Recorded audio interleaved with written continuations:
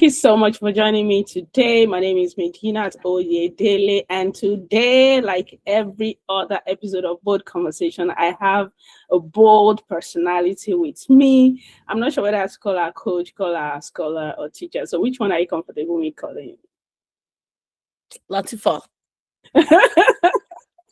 Okay, so today I have Lateefat Odunuga with me, and sincerely, if there's anything at all that gets my attention every time I come across your content, is the boldness in your voice. I won't lie, there's this confidence that your voice is. I'm like, oh my God, she's just so. I want to start from there, and I will say that, have you always been this confident about your voice? Yes, I have. I've always been I'll say confident because as a child, growing up in the art of Shomolu, I saw people who had and people who did not have.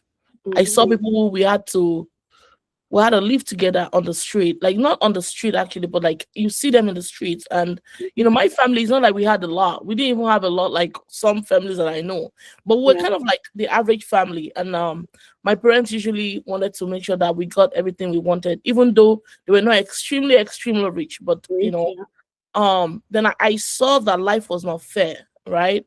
Some people had access to go to private school, some people had access to go to public school, you know. Seeing all of these nuances as a child.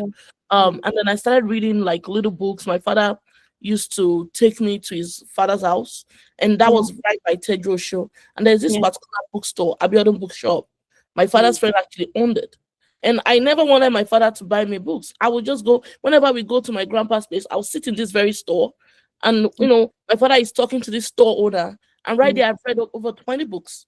But all of Wow. these are from the West, they're like Jack and the Beanstalk, Rapunzel. I went to a private school, so Yeah. these were the citations. This were my school Mm. was a Montessori school, as it Mm. then was, and it's still a Montessori school owned by a Nigerian American. But then Mhm. I'll read these books, and then when I read these books, I'm so curious. I'm like, oh my God, this is so fantastic, And then but then I understood life because then I started seeing perspectives in books, you know. Yeah. Um, and then when I go back home, I have to like see my friends on the street who might not even be able to afford like the entire meal, but we Mm. share. Yeah. So there was that point where I started seeing everybody as well one. It doesn't Yeah. matter who have or who doesn't. My Yeah. father, my mom, we had to take people in to live in our household with us. Mm. Whenever they were eating rice, we're eating rice together. Whenever we had to eat together, we had to share meat. There's this Mm. old thing of sharing meat. So Yeah. So I feel like I've carried that along Yeah. for my life. Yeah. That looks interesting to me because typically girl child is, I don't know, like there's this notion around the girl child, and okay, don't allow her to be exposed to this thing, don't allow her to speak in this place. I don't know, but I could feel that your dad was different, and that kind of gave you a different childhood uh growing up, because for him taking you along to the bookshop, not restricting you to, oh, this place is not for girls. So what would you say your childhood really was like, growing up with a father that was that exposed, I presume? I love my father. He's late now, and I talk about him almost a lot, but not enough, right? But I'll say that my life was shaped early by him. He ran a printing press Yeah. in Shomolu, and printing is actually like Shomolu is known for that, for being a printing hub. And my mom sold like printing materials, and my dad was doing okay. He had a lot of offices, and he had a lot of people who worked under him. So whenever it comes to having access to books at a very early age, the Yeah. I know most of you must have used books like Ugo Silgo. I Yes. never bought Yes. those books a day in my life because my father always was printing them. So I had the latest version of Ugo Silgo. So, when people are talking about having access, it is very important and crucial. Like, Yes. not everyone has access to having the latest books, but I Yes. was one of those. But for the fact that my father was a printer when he was alive, um, I got access to any kind of thing that had to do with, going to school. So I didn't have that choice to say, oh no, but we don't have. So I didn't really Yes. fall into that category of people who would We tell you don't that have. we don't have access to books. We might not have Yeah. access to money, but Yeah. my we had access to books. Like the Yeah. newest exercise books. You know, there are some kids that don't even have access to exercise books because maybe Yes. families cannot afford it. But I'm telling Yes. you, my father is bringing it fresh from the oven, from the printer. Like, which one do you want? I can decide to say, Daddy, I want this type of jotter. They're gonna print me that jotter because that's what they do, you know. Yeah. So the difference is there. It's very clear when you have parents who understand the value of education. I feel like Mm. it's a privilege, and we should Yeah. not use that privilege as a weapon. We should rather use it as a tool of advocacy, you Yeah. know, to continue to help, people who don't have that access to get Mm. access. I'm not going to use the word empowerment here because we have this Yeah. illusion of empowerment that we want to empower people and we don't have that power. Yeah. Empowerment is a legal framework. So what we can do is to give people tools of empowerment. And if you Mm. see in the things that I do, I don't Yes. tell you I'm going to create a solution that's going to be long lasting. I look Yeah. forward to giving people that access. And you Amen. see these books that I write, like about like the science of fufu. It's just my imagination saying, "Wow, what if this is like this? Maybe our kids can understand science better instead of them having this notion that science is extremely hard and they don't fit in the science class." Growing up, I saw kids who felt like they never fit in a science class. Yes. So, Yes. those are like the things. So I think it's really stemming from my childhood as a person, and thankfully Mm. to my grandfather, my Wow. my father, and Wow. most especially, I love my mom. My mom is a very great person. She's like an advocate of education, but there's someone who also I need to tell you about that inspired me. And that Yeah. person, before I tell you who she is, I'm gonna tell you a little story. When I Okay. was younger, in the art of Badagry, there is this lovely, beautiful woman who used to bring us together. I'm gonna tell you who this woman is. Just hold on. Okay. You need I'm this. following like that storytelling part. I'm following. So she will bring us in a circle and she told us Yeah. stories. She never brought just anybody, she brought the entire community. It felt like a village. And Yeah. in this circle, she makes us very hot tea. And when she brings this hot tea, you know how they put milk and sugar? Like we drank this tea with love. At Yeah. 7 p.m., it was that time. We sat down on mat. And when Fafa, we sat down there. And everyone will pass the cups and we pass the cups to each other. And then if someone was missing in our midst, We will my know. that person, I almost slipped. That person would say, take the lamp and go and find this person in their home. And this is how our communities took care of each other. We looked Mm. out for each other. We know whose Yeah. father was sick. We know whose mother went to the market. We know what's Yes. going on in our household. Even though we might live a little bit far apart or even closer, we knew what was going on with each other. And when she's telling these stories, she's telling these stories of tortoise Ijakpa. A lot of the things that I even read later in life about Ijakpati Roko Okoyonibo when I went to high school, I already heard those stories from that woman, that beautiful, amazing woman. Thank God for her. So in this circle, when she tells this story, she's singing, she's making the gestures. She's like, we have to chant the songs with this amazing woman. And every child in our midst, we had a sense of responsibility, sense of what I call story witnessing, story listening, and story engagement. Because you could be called upon anytime and they could say, Medina, what could you learn from this story?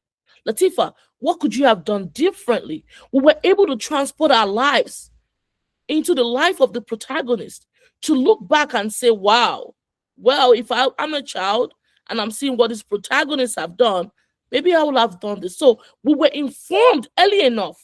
I don't know whether you want to think about it like that's not education, but to me, that is everything. And that person is no other person than my grandmother. I mean, I just, as you were talking, I just remember, hello, Yes, hello. absolutely. And sincerely, for context for everyone watching that is not from Nigeria, all the locations that we're mentioning actually took place in Nigeria. Okay, so Shomolu, Badagry, all of those in Nigeria. And I mean, it just flashback memories for me too. I grew up in Makoko, and Makoko, we had a similar situation where we just it's like looking for that lower and that kind of those experiences. And sincerely, those moments shaped us. Looking back now, we are grateful that we had those connections, because now everything is becoming almost everybody just doing their own thing separately. Even Africans are now, taking on that image or that cloth of, oh, doing my thing, I'm doing my thing. But we grew up in a community, and sincerely, those were the things that form some ideologies that are still guiding us till today. I can just imagine your grandma like sitting down with the children. It looks like that image that we will see in textbooks that we read growing up. And the emotions are still there even years after, which is one of the things that you're doing with your storytelling. And I know you didn't just get to the point where you decided that, oh, this is what I want to do, this is storytelling I want to do. So I want to ask, at what point did you see this, like, storytelling is something that I want to do, and this is what I want to be known for? I feel like all our lives is we're guided by stories. Stories, when you look at how stories can be used for healing, we're not saying that if a person has cancer, for example, or if a person has what people call schizophrenia, we're not telling you that storytelling is going to just cure your cancer. No. But what storytelling does is that it has the power to give you a sense of direction, to fuel your hope, to give you inspiration, to be like, well, while I understand or acknowledge that you have cancer, this is the story of someone who also had cancer and they were able to get through it. Or maybe they couldn't really get through it because they did this and that. Storytelling is the connector. So my background is in psychology. I went a little bit further. I went into clinical psychology. My master's was in clinical psychology. I started a PhD in clinical psychology, but then I kind of wove back, and I'm like, this PhD in clinical psychology, how about we do one that kind of just encapsulate how I feel in my head, with a lot of experience that I've had in the field of mental health. I've had over a decade of experience, helping people with something we classify as mental illnesses, along the lines of just mental wellness. What I like to use more, because I feel like as a society or community, we don't have to focus more on the illness side of mental health a lot. I feel like if we can focus on people's wellness, it can actually help, take care of the illness part. But then we put so much emphasis on the illness, but then we're not helping and supporting people to get to heal. So after doing this, I decided that no, something is wrong. When I work with a lot of patients and like families, and all they're telling us is stories. Everything everybody is, I'm telling you, you're asking somebody, why are you here today? They're all telling you stories. Everybody. And I've listened to the most beautiful stories in the world. I've seen also very ugly stories. So I'm like, but then when you listen to the stories, there's a lot of hypocrisy in our field, in the field of behavioral health, right? Where we use the years of one side to listen to people's narrative, right? And then when we use that here under what we call professional guys, and then we start to make connections for just a little bit fragment of the gift of story that people are giving us. Because when someone is telling you what you call their challenges, they're giving you a gift of story. So first of all, you need to acknowledge that gift. And you also have to know that while you're acknowledging the gift, you should not be capable of controlling their narrative. A lot of the problem of misdiagnosis, underdiagnosis, it is the fact that we have so much gotten into our heads and we are trying to control the narratives of other people. I'll give you an example. Someone lost their job. They are having a divorce problem in their life, right? And now this has caused them to break down so much. That's a normal response to life. Like, oh yeah, you lost your job, so you're losing your income. and then you have a divorce on the other side going on, and then they're now thinking about childcare and thinking about all of these things, and this person is sitting there for months, crying. He cannot really focus. These are responses to life, right? And then we have another person on the other end who maybe lost their job, might not have divorce issues, but then maybe just lost a grandmother recently, even though they both lost their job, right? But then when they're telling us the stories, well, we start to think. We're not looking at the factors surrounding what brought them here. We're looking at the fact that, well, they're telling me more of symptoms. I cannot eat. We label it, we check the box. I cannot sleep. Oh, sleep is important for mental hygiene. We check the box. I feel like my life is about to end. We check the box. Oh, maybe suicidal ideation. We check in all these boxes. And then in our head, we start to think, oh, I think you need to be in the psychiatric unit, right? So we're looking at their narrative and we're using that narrative to push a misalignment in their story, because they have given us the gift of their story. They've allowed us to enter their lives, even though they have come to us and say, I cannot take it anymore. But then we have this ego of saying, well, I own the pen, and I'm going to tell you right now that you have depression. In under 10 minutes, you're sitting with someone for 10 minutes, and then you're just already making it up, that impression, because insurance needs to make money off that visit. You cannot live without an F code. So it's a fight of system, it's a systematic issue whereby we have to just slap a diagnosis on your face. I don't care how you look. I'm just going to have to give you an F code because my company needs to get paid. So I started to unpack all of that, and I'm like, no, but these stories are unique to every one of us. So what if the solution can actually be that people can start using their stories as a form of liberation? If you can understand the elements of your story, I feel like you can get healed.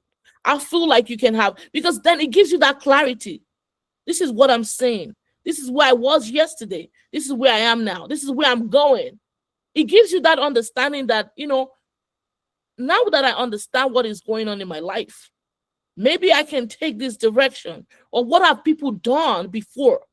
What have people who have similar stories like me, what have they done? That's the importance of Nollywood, Hollywood, Bollywood, any kind of wood, all the woods. They are selling us stories that we now call content. And then we're seeing these protagonists on TV who have these issues, and they're showing it to us. So it means that people are looking for stories.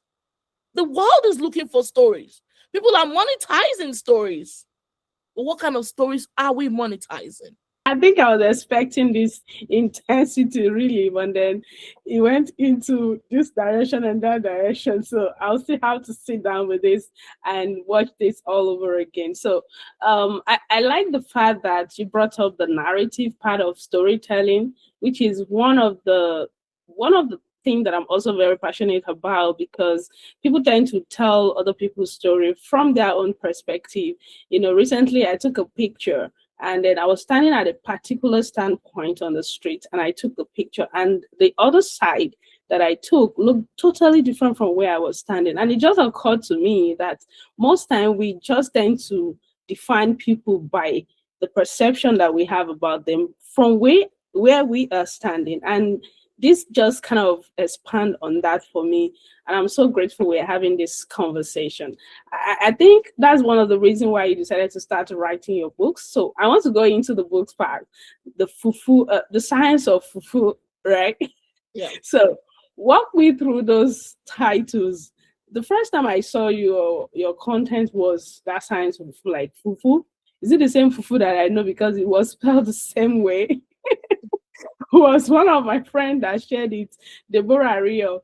And I was like, okay, I need to follow this person. And sincerely, I was not disappointed. That, and there was another one. So walk me through how you come about the title of your books, and then why did you decide to create this narrative or retell out the African story with stories of this likes. Okay.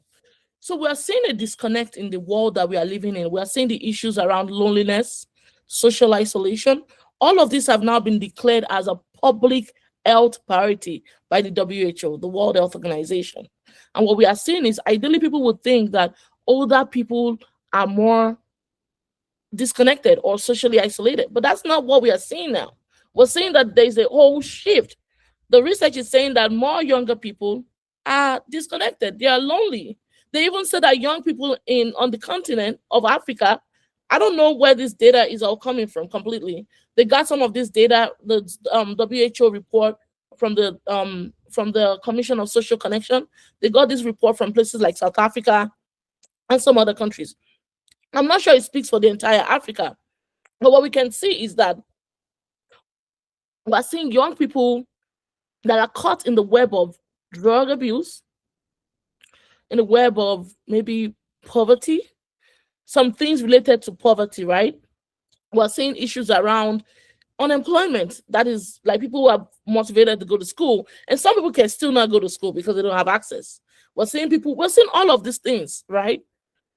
So there is a disconnection somewhere that we have to understand. And the ways that we tell stories of the past is different from the ways that we would tell the stories now. A young person that is listening to Lil Wayne or that is listening to Davido, they're all looking for stories. There are stories in this song. When I was back in ghetto, nobody wanted to tell me, no, all the girls, all this stuff, they're storytelling. Someone who is doing a poetry slam, someone who is, an artist who is drawing out the feel, someone who is trying to bring in stuff around climate together to make an artifact out of those things. Everybody's trying to tell a story. But the problem is, have we lost that art of storytelling? And if we have lost it, how do we try to get it back? Or are we supposed to be telling these stories? Are these stories, or should we adapt these stories to the new trend that we are living right now? Like I said, right now, our kids right now might not be kids that are interested into being asked to sit on the mat and drink tea like my grandmother would do. Maybe they don't want that.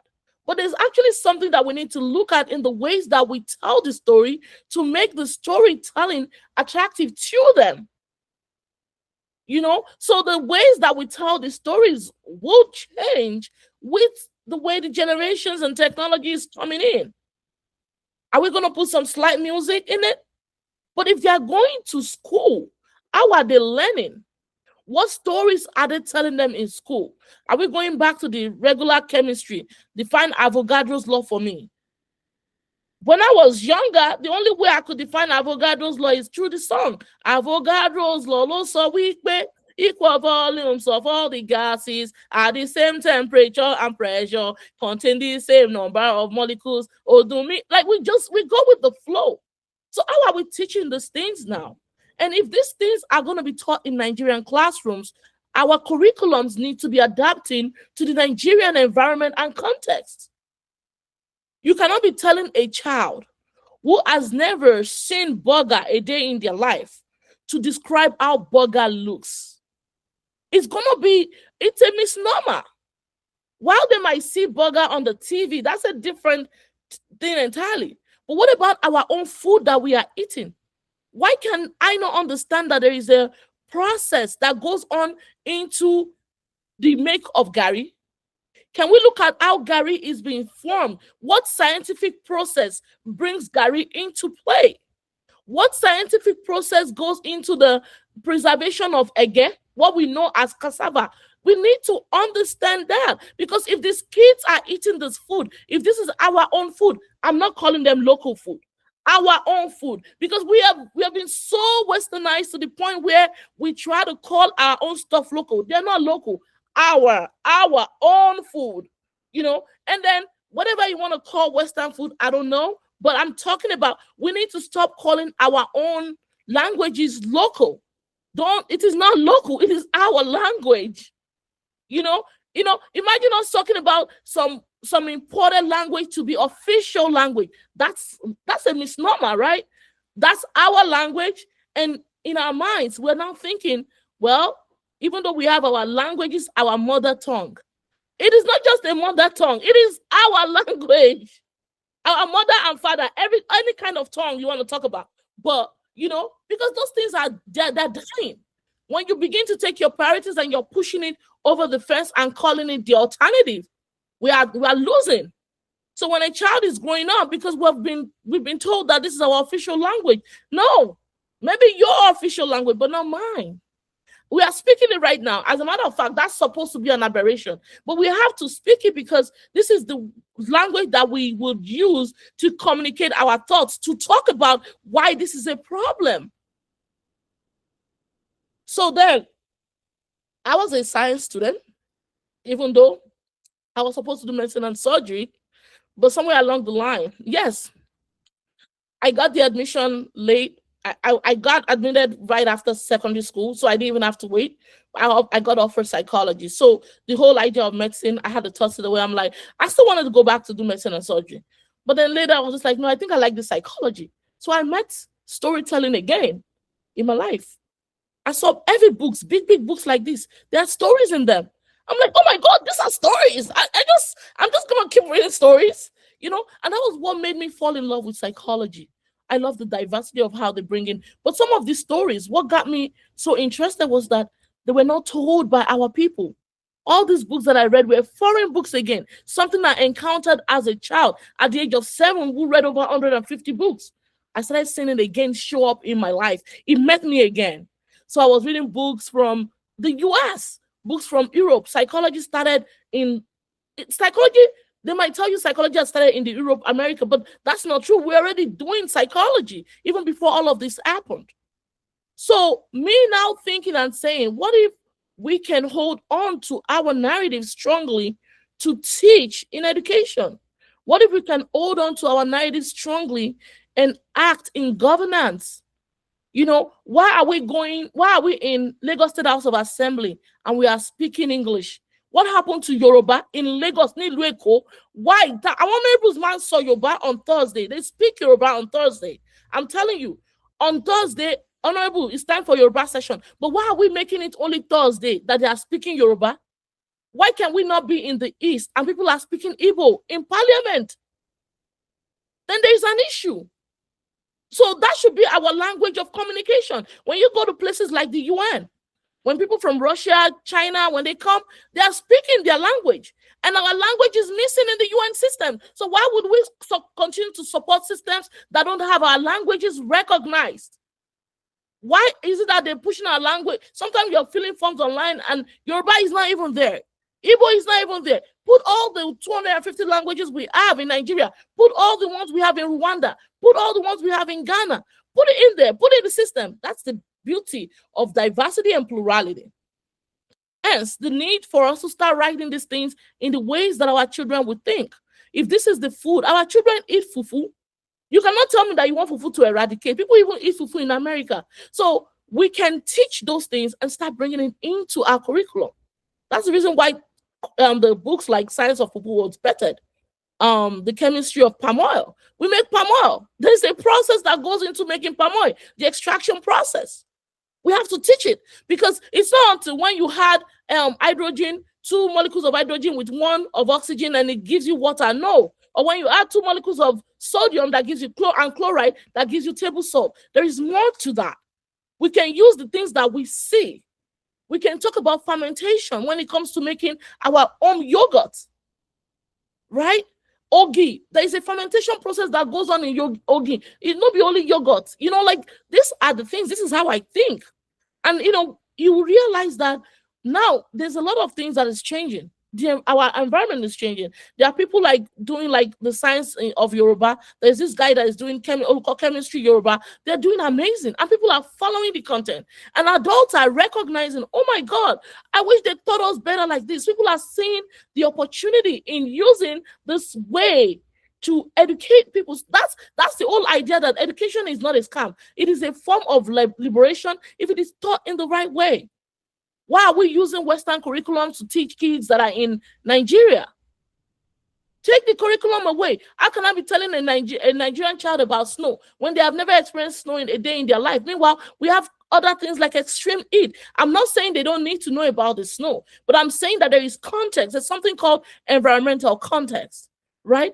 The child is not so aware of their environment. Another thing is, if you look at it, Nigeria actually has a space agency. I did a whole book on this. On the yes, I did a whole book. I don't know this company. I don't know them. I don't know this agency. But I researched into them, and they are called NASDA. That's our space agency. But a lot of the kids know more about NASA or NASA, whatever they call it. And they don't know about NASDA. But NASDA has not even gotten enough funding to do the kind of work it's supposed to do. So we continue to import all these knowledges, and we continue to call our knowledges local. And our knowledges never make it to the top. Why are we celebrating being in an international research journal than being in our own journals? Our own journals, not local journals, our own journals. We put so much money. Some people will say, I need to pay $200. I want to put my kidney in this international. What makes it international? I feel like screaming because I mean a lot. You just like you nail like and counting those bullets. I write also, and let me pick from where you actually started from, where we have to contextualize the contents, the knowledge, the information that we are putting out. And that was one of the reasons why I wrote my first, my French book for primary school. So I've taught in primary schools in Nigeria for years. And then I discovered that sometimes you have the story of, names that are French. And then even the child is trying, even still struggling to pronounce the name. Talk less of understanding the context of the book. And then so I decided that, okay, I'm going to use Nigerian names, and then still even the stories are going to be contextualized.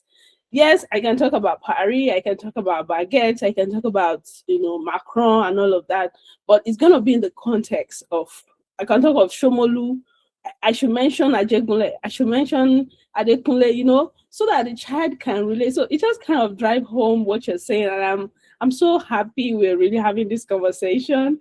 Because thinking in my head, oh my God, did she peep into my? Did she peep into I always my? do. I was like checking. Wow, it's just I don't know. Is there much we can do? Can we still salvage the situation? Because I feel like we are few talking about this. We are few seeing this as our thing. We are few seeing the conversation or the narrative the way it's going. Is there anything that we can do, as few as we are? Because when you talk about a country of over 300 million people, that's for Nigeria. Then you're talking of a continent of, I think, 52 countries. What can African creative do to salvage the situation? Yes, we are doing what we are doing in our own sphere of influence. How can we become a force and work to change the narrative? I think we're already doing what we need to do. But the problem is we have to look at the decolonization of the mind. You see, if we can talk about that conversation, what is going on in our minds? Because the mind is where everything begins, right? That's why they talk about mindset. Go and look at all these coaches that sell courses on mindset. They try to shift your cognition so that you can start having a different kind of perspective and not put yourself in this box where you kind of just feel like, I'm just in this box and I cannot move out of the box. I'm going to use a psychology analogy to explain life to you. There's a Western psychology, which, there's a Western psychology framework that you have to look at. There's this guy, his name is Skinner. He has this idea of Skinner's box, right? And in the Skinner's box, he puts a rat in this box, right? And you see that Skinner's rat, there's like inside the box, inside the maze, there is this thing called a food pellet. So every time this rat runs around the maze, the rat doesn't know where he's running into. He's just running around in circles and just running. But fortunately for this rat, finds a discovery and presses the food pellet. Somehow, food will come out. So the rat, every time the rat runs around, it doesn't know where the food pellet is coming from. But it just knows that, wait, the more I run, the more I'm getting food. right? So the rat keeps running around the maze and is getting the pellet. So they kind of start measuring the time response, how long it's taking the rat. They're doing all these whole measurement things, right? But then when you bring that framework and try to use your African perspective to look at it, but I can translate. It is no longer the story about the rat and its discovery. I'm seeing people being placed in a box, and this is the colony. The box is the colony. Looking at the whole idea of the Barracoon in Badagry. I'm from Badagry. My lineage is from Badagry. So I know about the transatlantic slave trade much enough that anybody would tell me to keep shut. I'm not shutting up, and I know what it means to put 40 slaves in a Barracoon, 40 slaves in a cell. It is disheartening. And I'm not saying people that are around now are responsible for it, but we have to acknowledge that there was a pain like that in our history. And people need to know that. But now, when you look at this rat in the colony, I'm speaking in terms of people. So people have been placed in this idea of a colony where they're just running within the box and they're not trying to step out because they're so comfortable that they're getting the food pellet. This is how they get us to keep working around the clock and they are paying us. And then the one day you get burned out, somehow the rat is not able to survive because the rat is so scared that if I try to escape, I'm not gonna get this food pellet again. So if humans they try to give you that so-called comfort, which is not comfort, right? They try to make the illusion of, well, you have education, well, you are married, well, you have this, so you should be comfortable. But that's not how we define comfortability, you know? So the rat stays in the box and you're not leaving the box. Because what has happened to the rat is that the rat's mind has been conditioned to stay in the box, because if he leaves the box, now the rat begins to become anxious. How am I going to feed myself? How am I going to feed my baby? How am I going to pay my rent? So you see, this is the reason why we have to decolonize our minds. How are we going to refuse? How are we going to epistemically refuse violence, that the oppression? When we're younger, we also did a lot of things ourselves, and we need to acknowledge that. We used to laugh at people back then in Nigeria. I don't know of anybody else. I'm not going to tell you I'm completely washed out of this thing too. But the problem is when people spoke English in classes, we used to laugh at people for making grammatical errors. But why are we doing that? If somebody Girl, is stop looking into my notes. Like that was the question in my head. The like, part where we're being flogged for speaking Yoruba in the yeah, class. I was a library prefect, and we had to write Oh. people's names for speaking Yoruba. And when you start to think about why are you punishing somebody for speaking their own language? Like, why have we conditioned ourselves to think that speaking another language other than English should be an aberration? So how will the child, somebody that you are flogging on a daily basis, why would they go home and speak Yoruba to their parents? Because they've been told not to. So you see, this idea of the colonization of the mind is pretty important.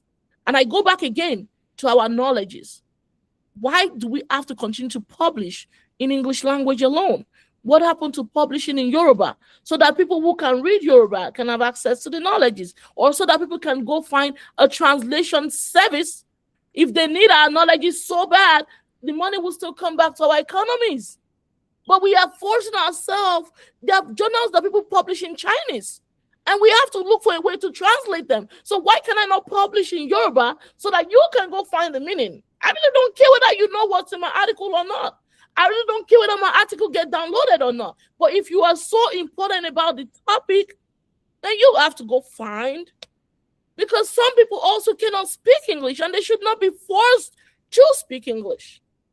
See, right now, I think I have to find you for peeping into everything I want to say, because my son, the Valentine just ended. I don't know what time you'll be watching this video, but at the time of recording this episode, Valentine just ended.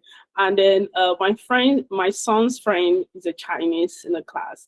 And then they had to share cards. And do you know what? He wrote it in Chinese. Yes. He wrote the greeting, the love message, or whatever in Chinese. And my son had to come home and then use Google to kind of get the meaning. And I'm like, Mommy, me too, I want to write my response back in Yoruba. Then we sat Yes. down and crafted the Yoruba. I said, you two, you take it back to him tomorrow. The way you're looking for the meaning of this language, and that's one thing that I cherish about Chinese. I know that it might not be like that for them when they're in the diaspora, but sincerely there is this connection with their language and their culture that they have refused to let go no matter where they are. They don't care how their English sound in your ears. If like say they have accent, that's a problem. They will speak that English the same way. I even met a woman sometimes ago and I wanted to get some information from her. She doesn't speak English. I didn't know. The next thing is she just type whatever she wanted to say in Chinese and then gave it to Google and did like this to me, and then we could communicate. So it's quite interesting because we were flogged in school for speaking Yoruba in the class. Parents even tell their children no vernacular. Um, just like you said, our attires are categorized as local. This is just so is a broader issue that I feel like is there a way we can actually help the government? I know that that is another conversation for another day. And then we're already doing enough with the content and then the books, the journals, the narratives, the videos. Your videos lately has been like back to back, back to back, back to back.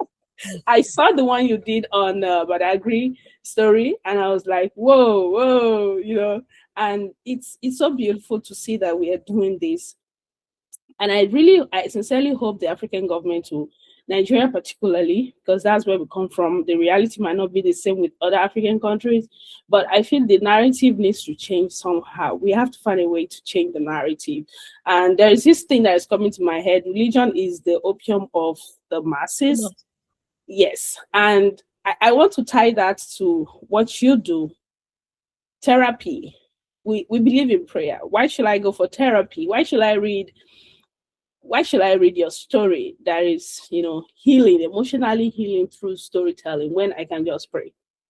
Can you Okay. tie the culture, the faith, and the narrative therapy all together for us? We have to look at how the whole idea of religion, and I know that a lot of us might be very uncomfortable to hear things about religion. I myself am Muslim, you know, and should there be any point in time where I've questioned my faith or my beliefs as a Muslim and why we do what we do? But there is something about our consciousness, and religion has a lot of answers to kind of help us unpack that. Some of us will practice the religion not just because we believe that, oh, there is one superior being up there, but we have the religion because it's also a thing of the mind that listen, there are people with no soul. So when you kind of identify as having religion, maybe then you have a soul, right? Because you can start to think that, well, there might be a superior being and I want to follow that moral. I want to follow the values of that. But again, it goes back to the places where there are certain values of society that we don't teach in classrooms, because the people who try to import their education into our systems did not feel like it was important. So religion might be helping us solve some of that. We don't talk about kindness enough in society. But when you go to church on Sunday, maybe that's what the pastor is going to preach about. We don't talk about gratitude enough. We don't talk about sharing enough. We don't talk about joy enough. But remember, people will look for a community, and the church community might be their answer to, well, I have a problem, and I have this community that I look forward to on Sunday, and I'm just going to go there and worship. I don't even care what they do there, but it makes me feel people. Because people are not supposed to be disconnected. We're supposed to be connected. So when Sister BC is looking for a job on Sunday, she already knows that when I go to the church, maybe Uncle Philip is definitely going to have a job for me. So when you look at the whole idea of religion, it is not just about the connection with God. It's also about the connection with people. When people you go to a mall, for example, you go to buy something, or let's even use Oyinbo Market. And when you get to Oyinbo Market, at some point, you start to develop a connection with the meat seller. You start to develop a connection with Iyatiti, the tomato seller, because that's where you shop. So when you look at when someone goes to the mosque every Friday, not just that they've gone to connect with Allah, they're also connecting with their imam, their local imam. They are connecting with their friends, the friends of friends, friends of friends of friends. They have a little club in the masjid. Sometimes they call it dawa or daru. No, the darus, they have the darus, the houses where you can belong to one. And when you want to do something, the community come to stand for you. So when you look at the idea of religion, even though they tell you, oh, religion is this, I don't speak about religion that much, but I'm also saying that we are all looking for the same thing. But the problem is, how are we going to achieve it? We all want the same thing. Even the people who try to take advantage, we all want the same thing. We all want to be connected. We all want the control. We all want the power. But how are we going to achieve it? How are we going to achieve it to the point whereby we don't harm each other? And I said something recently. I said, we always underrate friendship. In my book, there is nothing called being a good friend or being a bad friend. There is nothing. There is nothing good or bad in friendship. But what I will tell you, friendship is just a one-way line. Anything that makes you capable of hurting somebody, anything that makes you have that capacity to put someone in harm's way, you are not their friend. Period. You are not good, you are not bad. And you apply this to relationships you have in life. There is no good or bad family. For you to be a family, for you to meet the criterion of being a family, that means you cannot hurt me, I cannot hurt you. But anything that is bigger than that agenda, then you are not family. And then we start applying those things to our lives. So I rest. Thank you so much. And there's this thing that is very common among migrants, no matter where you migrate to, okay, especially for you to have left where you are used to your comfort zone, there is always this question around your emotional identity. And I know that you are going to unpack that also. So can you help us unpack migration and emotional identity? How people can actually find balance between their mental health, the migration experience, and then their identity. Let's use this analogy of when you see birds flying, birds like all these birds, when we see those birds flying and they are migrating, do you see the beauty of them having that freedom to move their wings and be like, well, here we go, we don't know where we're going, but we're going. Yeah. And then people have the right to migrate, but how are we migrating also is important, right? We don't want to put ourselves in situations whereby, we really get messed up.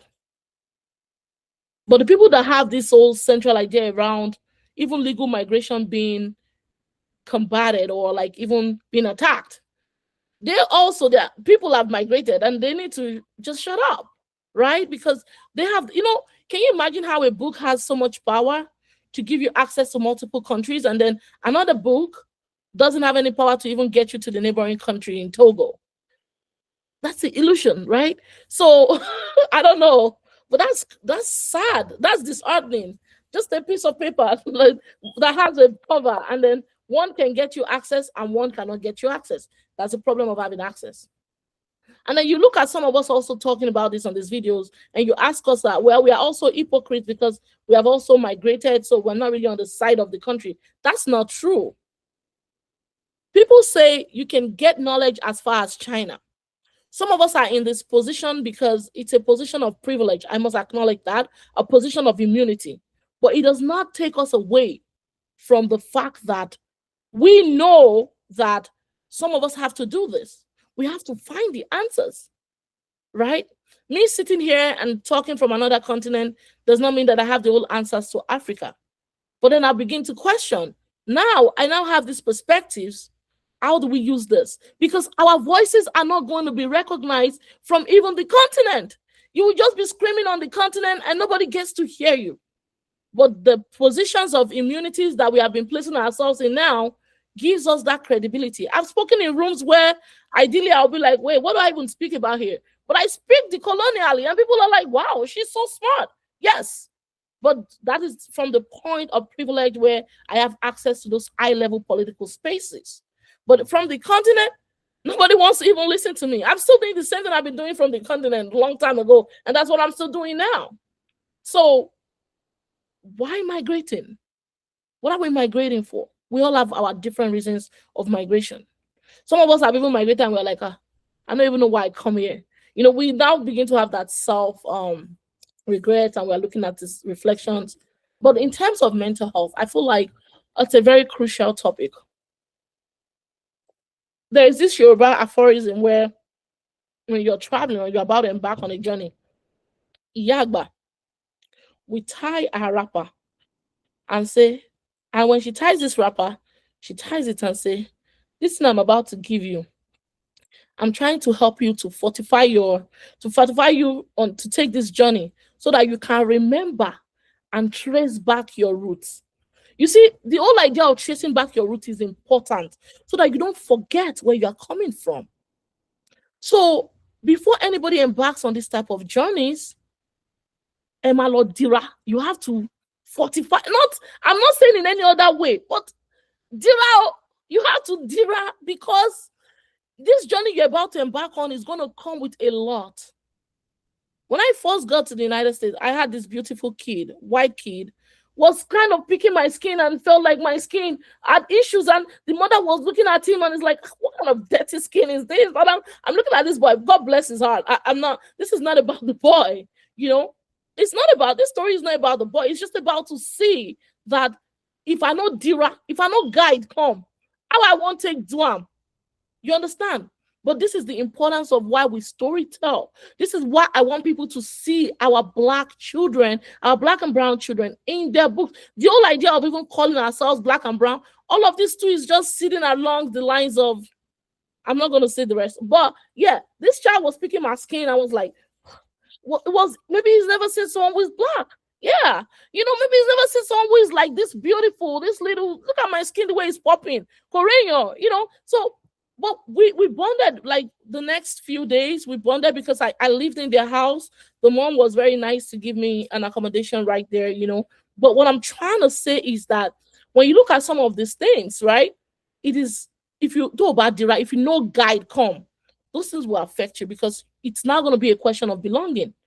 By the time you open your mouth, you see people say, what kind of thick accent is that? Accent people say that to me and I'm like, oh my God, you don't even want to know. My accent is beautiful.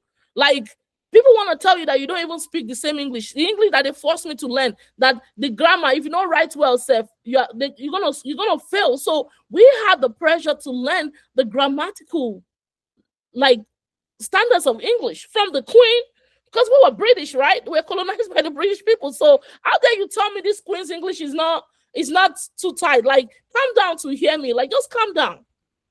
Meanwhile, this person who is telling you in America that you don't speak good English never even completed high school. The audacity sometimes, and I'm like looking at myself with, well, I have all the degrees now. I'm not trying to shine on my degrees, but excuse me, miss, where are you coming from? I've gone to school. I'm schooled. So these are the things. So imagine someone attacking you from the level of how you pronounce your a, ha, the, hatch, whether I call ha, I don't care. Just respect me. Respect my person. Look at me now.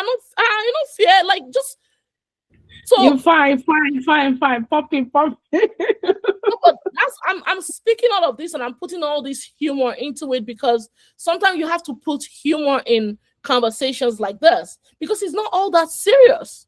Why would you not wait for me to just try and listen the way I would calm down and listen to you too? Like, I'm speaking. So when I'm speaking, allow me, give me the floor. Don't try to intimidate me and tell me that I don't sound foreign enough, or I don't sound American enough, or I don't sound British enough. In it, fam.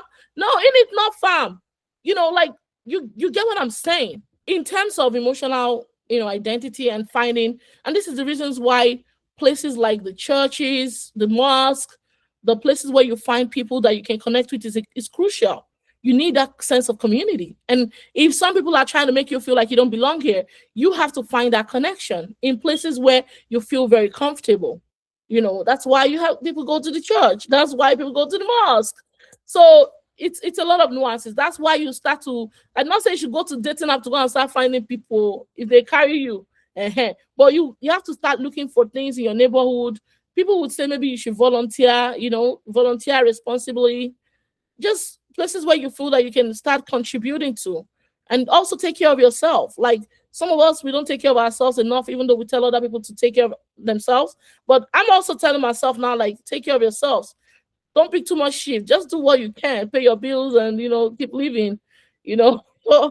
I mean, you're just this aura to be around. Like you have this, and I'm loving it because this is one of the reasons why I started this podcast in the first place. The fact that I wanted to hear people tell their story from their own perspective. I don't want somebody talking about Lateefat and then they're only saying what they see on Google. I wanted to, like, people should be able to come to this podcast and then watch Latifa talk and then feel that real identity, the person that they are dealing with. I think I want to tell you this, and All for the right. purpose of this podcast, if you're listening to me wherever, I don't care where, I don't care what territory you are listening from, you know, I believe that you as a person, you have the power to your own pen. Maybe this is a pencil, but your pen, and you should be able to control the narrative of what you're writing. Yeah. Do not allow anyone to hold your pen. You hold your pen or your pencil and write your own narrative. Because what people would write about you is going to be a lot of errors because they're not writing it from your point of pain. They're not writing it from your point of pleasure. They're writing it from their lenses. They're writing it from their own perspective. And there're going to be a lot of lies in it. You are the author of your life. And what is holding you back from writing your story? Just write it and keep winning. Wow. Well, I won't go to the last part until I ask this question. Mental health and the African context. I know you're going to do a good job with it. It's like, talk to us. There's this silence around mental health among Africans. Yeah, the awareness is coming up gradually, but there's still a lot to be done in our communities around that. Like I said, we have to look at the structural issues surrounding mental wellness. And I'm using wellness for the purpose specifically of, we cannot continue to talk about illnesses enough if we're not talking about wellness, right? Or even just health in general. Um, the issues around poverty is a thing. Someone is hungry and you're telling them to manage their anger through therapy. You forgot the aphorism where they say an hungry man is an angry man, like an angry man is a hungry man, whichever, just place it wherever it belongs. Someone is trying to find a good quality of life. Maybe they're trying to seek employment and then you're telling them to go to therapy. How would they pay for the therapy to begin with? So again, as Africans, people have always recognized the value of community. We tell, that's why we were taught storytelling, because people see themselves in as a community. We see ourselves as together. But now that sense of community is shifting because people are migrating. People have moved from the village to the cities. People have moved from the cities to diaspora, and many more. So while losing our sense of community day by day, we need to keep looking at things that we can do to foster that sense of community. We are so carried away by technology. Everyone is like on their phone. Like, we're all on TikTok. Even me, I'm on TikTok. And there's a beautiful community. If you even on TikTok, I'm telling you, when you look at people that are on TikTok, like some people are on TikTok 24/7, it's their full-time job. I don't know how they do it. Me, I will go there once in a while and I peep. But then there are also places like I'm on TikTok and I'm peeping into, like, what are they gisting about? There's always gist on TikTok. Any kind of gist you're looking for. But then, we're all with our phones. We have married our phones. We have a relationship with our phone. A very, very kind of unusual relationship with our phones, that when you leave your phone down, it's like you begin to have this headache, like this cravings. Oh my God, where's my phone? You cannot be disconnected from your phone. So when we look at the mental health in the African context, we have to look at things around the structural disparities that is pulling us all apart from each other, right? And all of these things are sitting along the lines of what the SDGs have been known to kind of help us change. Like, we're looking at us not having equal access to almost anything. So talking about therapy in that context is going to be pretty strange. It's not like people don't believe that therapy exists, but how do I even pay for this therapy? Or just for someone to talk to me. Oh no, when I can call Shade, me and Shade go talk now. Now we used to go to parties, we go to festival, we go to carnivals.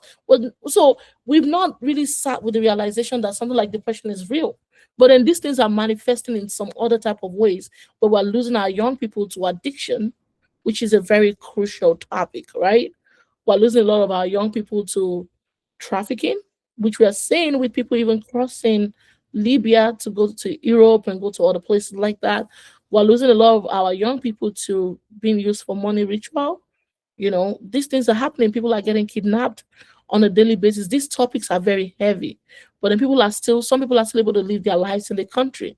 One of the things that I'm seeing that's becoming like very crazy is the idea of, we are even seeing content creators that are just dancing. They're putting a lot of effort into content making, don't get me wrong, but all of a sudden someone is just slapping them a car. So we're not really valuing the hard work, right? People will be like, when I can do some crazy stuff online and make money, why should I even be doing the hard work? So we have these issues, and then we're seeing other young people following, and they want to follow the suit of those people. So for people who are trying to shift and change narrative, for us to have something sustainable in our economies, we can have that.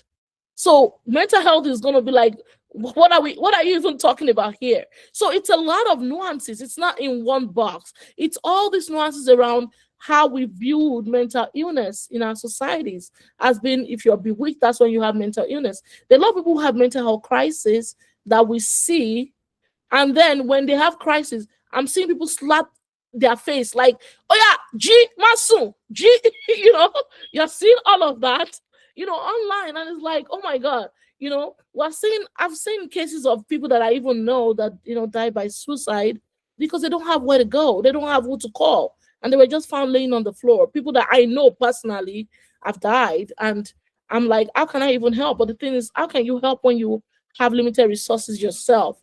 How can I help my community when I know that I don't have the enough bandwidth to provide solution to their problems? I've seen people that I know that have been lost to the issue of drugs, and they left home for a whole year. Like, I know someone who left home for a whole year, and he went psychotic. But how can I even help such a person? Because maybe the family cannot even take them to rehab. Rehab in Nigeria is expensive within the context of Nigeria. But then why would anybody want to pay over 1 million to sustain a family member who they've lost to drugs? So it's the help is not, and some of these NGOs are collecting money.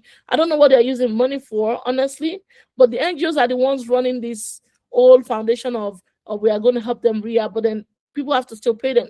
I don't know how all of that works now, but it's a very huge topic. Or like someone that is dealing with a mental illness, and then he's like, one baba is the one that's going to help us cure them, which people have been going traditionally to use Ewe and Igbo, to use herbal medicine to actually help treat these organic imbalances. Whether the herbal medicine is working or not, I cannot say. I don't know anyone, and I'm not going to tell you that medication also have all the answers. But there was a recent conversation by BBC, I think it was like some years back, where they looked into how some of these psychiatric facilities are working hand in hand with this orthodox people, like the herbal medicine healers, to kind of work hand in hand to help them manage the mental illnesses that people are having. Because in a country of over 200 million people, we have less than 200 psychiatrists. So think about that. What's the ratio of one person? And then think about when we now narrow it down to rural areas, like we're looking at rural Oyo, Shaki, and places like that, or like Osun State, where we're looking at, Ede. Like, I'm just talking like in general, like, so when even people in the cities don't have that access to a provider that's going to help them manage their mental illnesses or help them to, support their mental wellness. And then we also have to talk about the bill of insanity in Nigeria, because remember, there was this recent issue of Pella trying to make a video. Can you imagine? Somebody made a video and then went online, and then they went to say, oh my God, I'm going to kill myself. And this was a live video. And right now in Nigeria, if you don't know and you're listening, suicide is still a criminal act in Nigeria.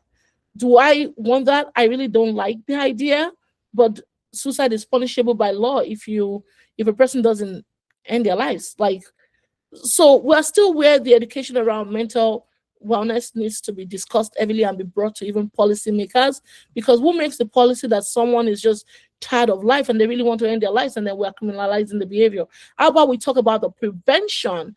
What are the things that we can do? We're not even talking of curating.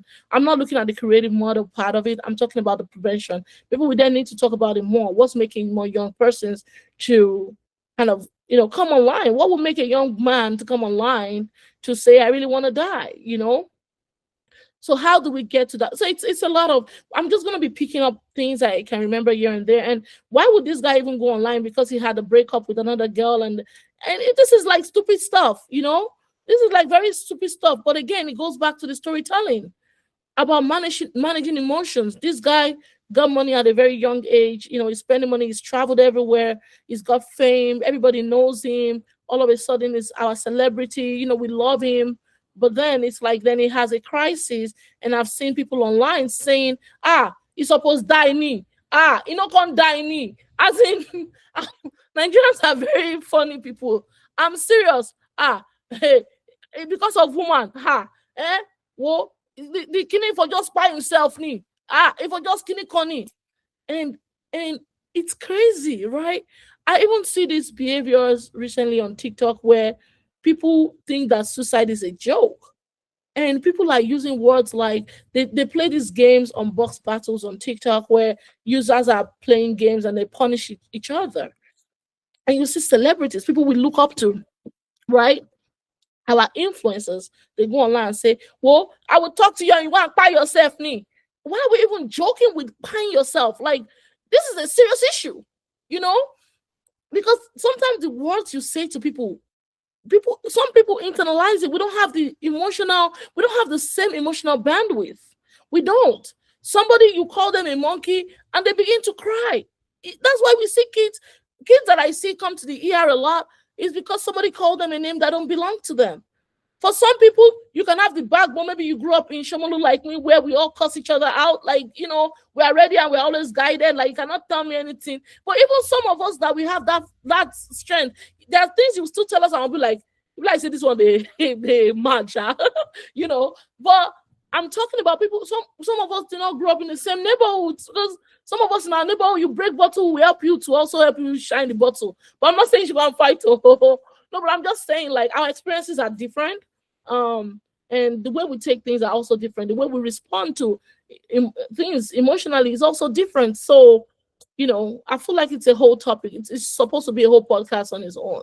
Mental health in African household. I think now that you mention it, you might be doing a recap. Like we'll have a second or third episode where I'm just having this picture in my mind where I sit Africans, on a stage, and then we're talking about this conversation because we just have to talk about it. We can't keep sweeping it under the carpet because it's affecting us big time. And if we don't talk about it, especially from our own standpoint, when the other side is going to talk about it, they're going to talk about it in a different way. So I'm happy you've kind of captured a lot of the essential part of it. And then we might, if your time permits, we're still going to have that whole conversation, and it's just going to be mental health in the African context where we'll unpack some of those things. I won't end this talk now before I ask this question. In the next 10 years, when Lateefat Odunuga is mentioned, what do you want to be the legacy in the mind of people? I think I'll say education, and I'm gonna tilt into that a lot because I feel like education has the power to liberate people, right? And if there is anything I want to be remembered for, I want to be the reason why people take a second look at themselves and be like, I'm capable, I can do this. A lot of us have been told that we cannot do this. A lot of us have been told that we're not going to achieve anything. I'm one of those, actually, honestly. But like I said, I was told at a very young age when I was lecturing that I would not be promoted for the next 10 years of my life, And being a woman, I was told by a man, I'm not going to tell you whether I identify as a feminist or not, because that's another conversation. But imagine you as a young person trying to grow within academics, and then you're being told by your supposed I don't want to say leader or whatever you call them, right? And someone is telling you face to face that, well, I'm going to hold your promotion, So I feel like my ability to be able to be educated, and I thank God for my parents. I thank God for the people who continue to celebrate me, people who continue to push me even beyond where I see myself, because that's one way from it that I've liberated myself. You know, I've studied, I've put in some work, I've also tried to give back to society, the societies that have made me, So for me, I feel like I want to be known for that. That not just even mental health. I feel like just talking about mental health is like that's a whole conversation. That's my career, right? But beyond mental health, um, maybe storytelling. You could call me a global storyteller because I want to keep telling stories. Not to forget, I'm thinking I'm gonna be running my own storytelling tours across continents, because that's how you get known, right? And they'd be like, what is this thing about storytelling that she's trying to do? But we need money to be able to run these stores because I'm not rich like some people. I don't have access to money. I might have access to books by my father, but he died already. That guy, oh my God, he died. But yeah, but I think known for telling stories, and facilitating story circles and story clinics like I'm doing already. But I want it to be known across the world. So yeah. I don't know if I should still ask this, like, what does boldness mean to you? Because this is bold conversation. But I Mhm. feel like all of this conversation has been about boldness. But if you could tell us what boldness really means to you in one word or two, that would be great. I think boldness is standing to oppression, is standing to injustice of any kind. I don't care who, what, I don't care how much power you have. Some people used to tell me, Latifa, you're going to hurt yourself. Yeah, but if you don't step in, who's going to step out? There's something called epistemic violence, epistemic injustices. There's something called epistemicide. And epistemicide is the deliberate killing of one's own knowledge. They try to kill your knowledge. There is nothing as big as that. You can try to be, sometimes they say, oh, you're ignorant, you're not educated. But when people are trying to tell you to shut up with your information, that your information does not deserve a seat at the table, they're using what is impact factor, for example, right? Why are we even talking about impact factor? They use all these things to push us aside. They come. What's your credit score? 400. You don't deserve this. They push you aside. But we have to be ready to epistemically refuse all these ways that people try to tell us that we don't belong at the table.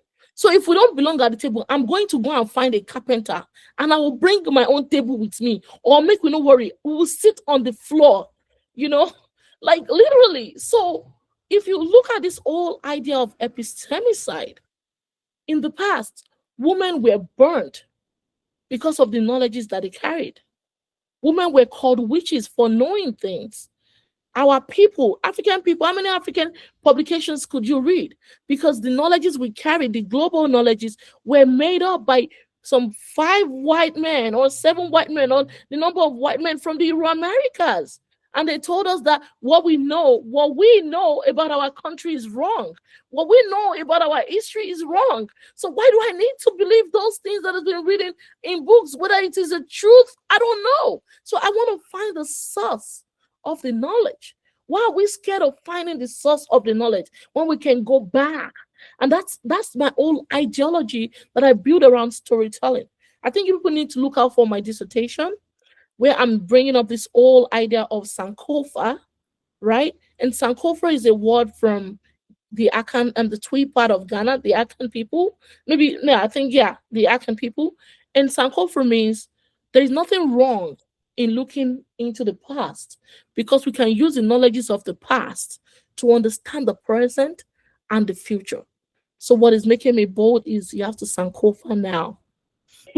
Thank you so much for having this conversation with us. And I can tell you, this is not going to only impact those that will be watching this. I'm thinking a lot, and I'm having so many reflection on everything that we've had. And usually, so that I don't miss out, so that it doesn't look like Mokwe Soko Ajamile kind of thing. I would try and go back to this podcast and watch it all over again. So I really want to appreciate you and thank you so much for your time.